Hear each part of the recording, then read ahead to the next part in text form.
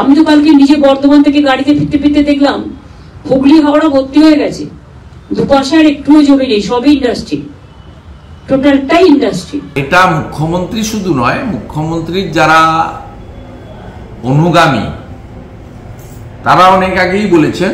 হুগলি যিনি তৃণমূলের প্রার্থী ছিলেন, তিনি যখন ভোটে প্রার্থীপদ পেয়েছিলেন, পরে এমপি হয়েছেন, তিনি শুধু কুইন্টাল কুইন্টাল জল এবারে বলেছেন তা নয়, তিনি এর আগে বলেছেন আমি গোটা ধোঁয়া দেখতে দেখতে এসেছি।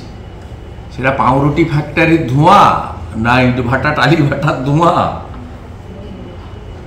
না চা দোকানের ধোঁয়া, না টায়ারের রিসোল্ডিংয়ের ধোঁয়া, সেটা আমি জানি না, বলেছেন। অতএব ওনার সাংসদ বলেছেন যখন, তখন মাননীয় মুখ্যমন্ত্রীকেও সেটা স্বীকৃতি দিতে হবে, তাই তিনি বলছেন।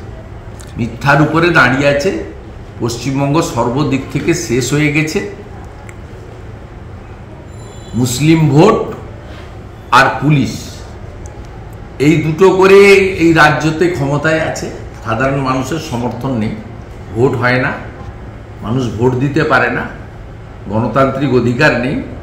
আর মুখ্যমন্ত্রী যে কত মিথ্যা কথা বলেন তার উদাহরণ প্রত্যেক দিনই দেওয়া যায়, কিন্তু সবচেয়ে যে বড় বিষয়টা জনগণ ধরে ফেলেছে, বাংলার মা বোনেরা বিশেষ করে ধরে ফেলেছেন, সেটা হলো 14ই আগস্ট মুখ্যমন্ত্রী বলেছিলেন যে 10 লক্ষ টাকা তো দেওয়া যেতেই পারে।